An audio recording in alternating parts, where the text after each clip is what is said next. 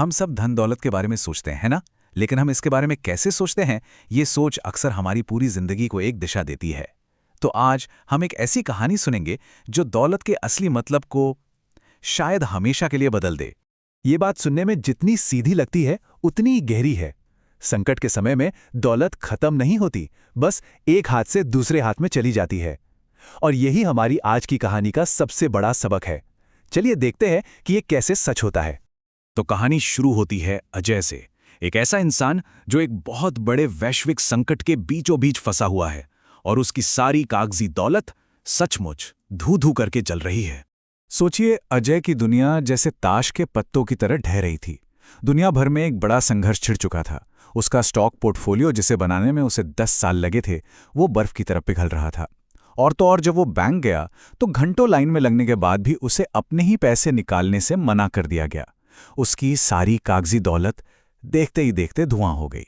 इस घबराहट और बेबसी के आलम में अजय के कानों में अपने बचपन के दोस्त साहिल की कही एक बात गूंजने लगी, एक चेतावनी जिसे उसने सालों पहले नजरअंदाज कर दिया था, और इसी एक याद ने उसे एक बहुत मुश्किल फोन कॉल करने पर मजबूर कर दिया।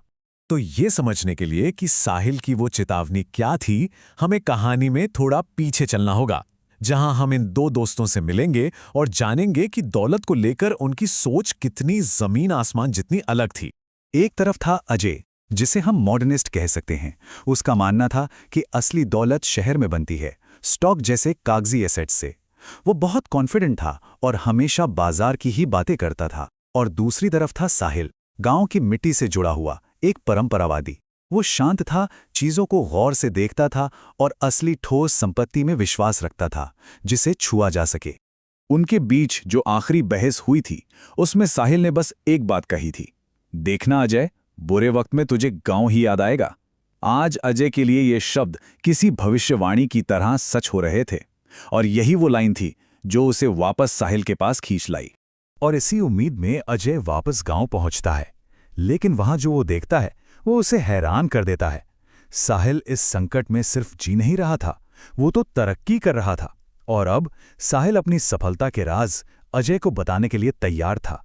साहिल ने अपनी रणनीति के पहले 3 स्तंभों का खुलासा किया, वो 3 असली एसेट्स जो किसी भी संकट का सामना कर सकते हैं। पहला, उपजाऊ जमीन, दूसरा, सोना, और तीसरा, जरूरी चीजों का बिजनेस। साहिल ने एक एक करके समझाया। देखो, पहला है उपजाऊ जमीन। 1923 में जर्मनी में जब करेंसी की कीमत मिट्टी हो गई तो असली दौलत किसानों के पास थी। लोग एक बोरी आटे के लिए अपनी बेशकीमती चीजें तक देने को तैयार थे। दूसरा है सोना। फ्रांसीसी क्रांति के दौरान कागजी करेंसी की कीमत 99% तक गिर गई, लेकिन जिनके पास सोना था उनकी दौलत महफूज रही। और तीसरा, जरूरी चीजों का बिजनेस। 1980 के दशक में ब्राजील में जब महंगाई आसमान छू रही थी तो खाने पीने और दवाइयों जैसे जरूरी सामान बेचने वाले अमीर होते गए, क्योंकि वो हर दिन अपनी चीजों की कीमतें बढ़ा सकते थे।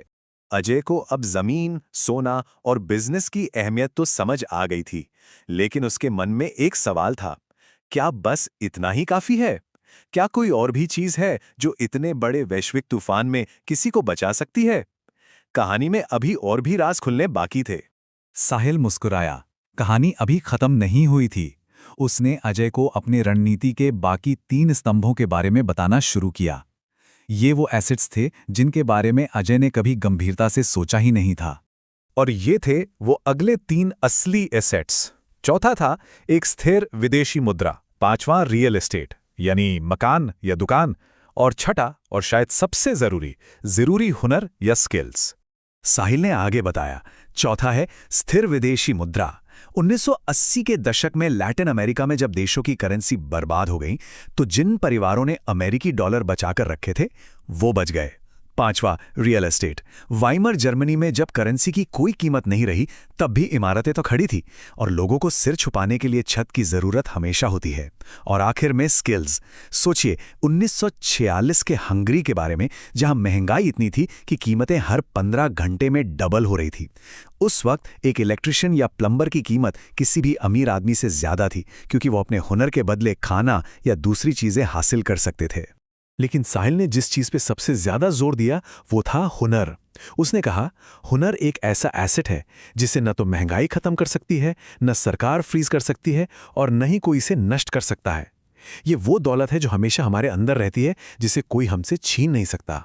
लेकिन ये सबक सिर्फ एसेट्स के बारे में नहीं था, असली सबक तो अभी बाकी था। कहानी अब एक ऐसे मोड़ पर आती है जहां दौलत का असली मतलब सामने आने वाला था, और ये सिर्फ पैसे के बारे में नहीं था, बल्कि उससे कहीं ज्यादा बड़ा था।